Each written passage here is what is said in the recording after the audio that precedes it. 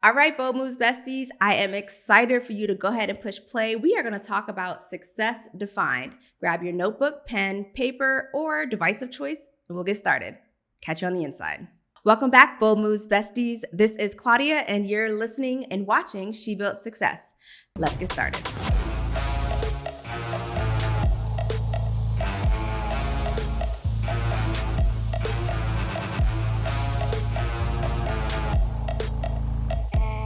So today we are going to be talking about success defined. Now, you all know by now I love acronyms, and if you don't, well, you're going to get to know that as we continue to get to know each other. But I do have an acronym for success, and I really wanted to talk about a little bit about what it is, what it means. The whole purpose of this platform is to be for the multifaceted woman and understand that you can come as you are, as yourself in totality. It's not just a piece of you, it's all of you. So let's jump right into it. So the S in success is for self-awareness. It's talking about the inner work. It's talking about therapy and understanding you. I am a strong believer of being comfortable with who you are and where you are in life. And there are going to be times where we're on Team Struggle Bus because I've been there. But knowing and being comfortable with who you are is something that I want you to hold on to. Therapy. Let's talk therapy. We all need it at some point. I've had it. I did it online, actually. I am a very business-minded person. So I felt like in some points I was like, all I was talking about was business. But it was good because it was somebody who was objective. I didn't have to worry about being judged any kind of way. It's just a relief or a release, I guess, in that case, to be able to be comfortable with talking to somebody else and just getting some of the things that sometimes I'm in my head about out loud. So the first one in success, the S is self-awareness. The U is for unplug. Now, this is not like a girl's trip type of unplug. This again is for a you unplug. This is time to rest, time to relax, time to recharge you. What fulfills you that you can do that is allows you to not feel like you're always on the go. I'm a push go kind of person. Like I promise you, I probably push go, like I said, quicker than most. And I recognize that sometimes I need to pull back. And so the past couple years, what I've tried to do is at least take a couple days in between kids' activities and work demands and partnership life, all that fun stuff, and actually take some time just to reflect for me. So how do you unplug? For me, some of that is actually going in the mountains. I am not a beach girl. I don't like the sand. I don't like being hot. Give me the mountains.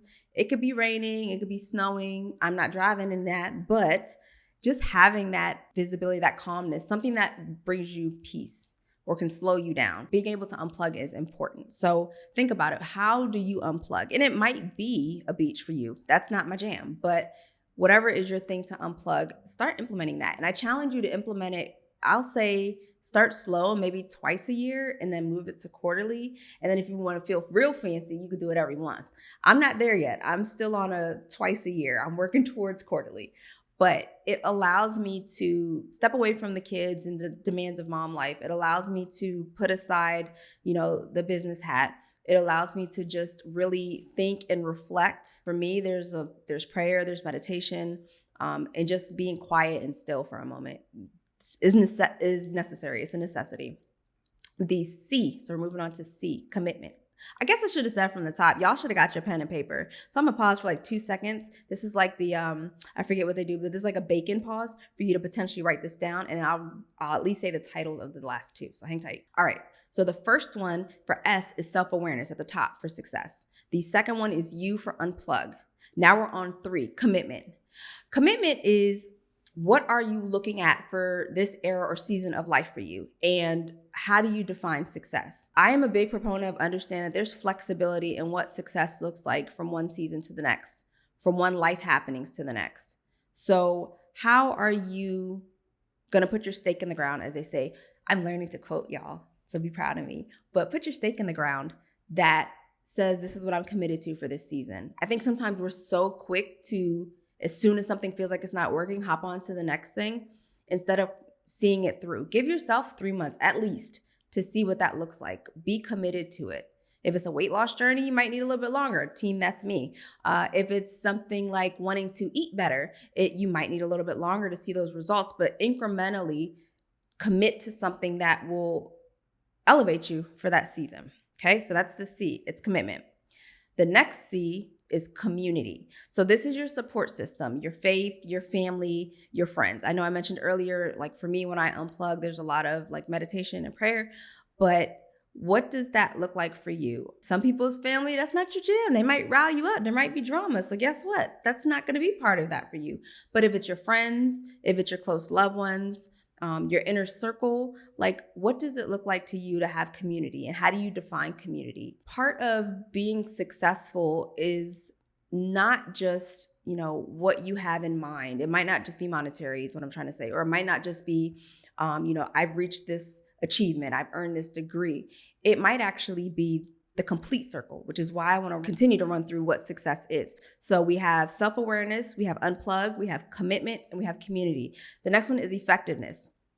Now, y'all, I am a data person. I like research and I like data, and effectiveness is going to make its way in because you're measuring how well you're doing. You're not looking at making yourself feel less than, because that's not the intent. It really is looking at how can I progress? What's the small change? Maybe we're going to cut out carbs for a little bit. Maybe we're going to cut back on the sugar for a little bit. Maybe, and this is like in the weight loss space, maybe we're going to up our protein. I am not a nutritionist. I'm not a dietitian. I'm not a trainer, like a physical fitness trainer. But I know for me, there's things that I would need to do, and I have folks that can help advise me on that. But that's how I would measure my effectiveness. How is my intake? How am I eating right? What type of workouts am I doing? If I were going to take on that lens. So what is your measure of success for that season? Remember, we are taking this in the frame of seasons. So it doesn't have to be a forever commitment type of thing. Please understand that. I do want to be very clear on that. But I do want you to take inventory of how you're tracking or how you're measuring that version of success and how you define success. The next one is sacrifices. So the next S is sacrifices. What are you giving up? And I say that very lovingly. I don't believe in balance. I believe there's always a give and a take. There's going to be a season where you are headstrong and you are in it to win it, and you're right there going down the right path. And there are going to be times where it's not going to work out and you're going to have to pull back a little bit. And I'll give you an example. So my kids like sports. After the pandemic, they apparently decided they want to become athletes. I was never athletically inclined. I was on the music side of the house, but they wanted to do volleyball and cheer. And when it's those seasons for that, I can't fly. Like I can't do my flight. So I am actually, at the time of this recording, studying to be a student pilot and then eventually get my private pilot's license. But I'm not able to fly in those seasons because we have cheer competitions we have to go to. We have volleyball games that we have to attend. We have, so I understand that at that point, I won't be able to pursue and take on that particular hobby. I have to pause it for a little bit as far as flight time, but I'm okay with that. And I understand that. So it's not a balance. Or even when it comes to things like managing the household, like y'all, I'm blessed and thankful enough to have someone to come in and help clean the house for me.